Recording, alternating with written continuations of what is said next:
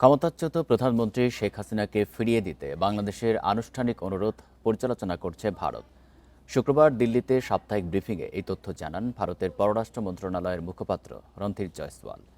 বলেন, এই ইস্যুতে সব অংশীজনের সঙ্গে গঠনমূলক আলোচনা চলবে।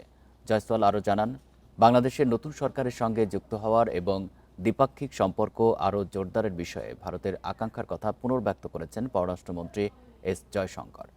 তার মতে, পারস্পরিক স্বার্থ সংশ্লিষ্ট আঞ্চলিক ও বৈশ্বিক বিষয়ে দুদেশের দৃষ্টিভঙ্গি বিনিময়ে দ্রুতই সরকারি পর্যায়ে বৈঠক অনুষ্ঠিত হবে বলে আশা করা হচ্ছে। ছাত্র জনতার অভ্যুত্থানের মুখে 2024 সালের 5 আগস্ট দেশ থেকে পালিয়ে ভারতে আশ্রয় নেন শেখ হাসিনা।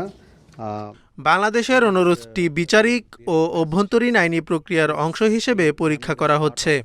আমরা এই ইস্যুতে সব অংশীজনের সঙ্গে আলোচনা চালিয়ে যাব। বিষয়টি আমরা গভীরভাবে পর্যবেক্ষণ করছি।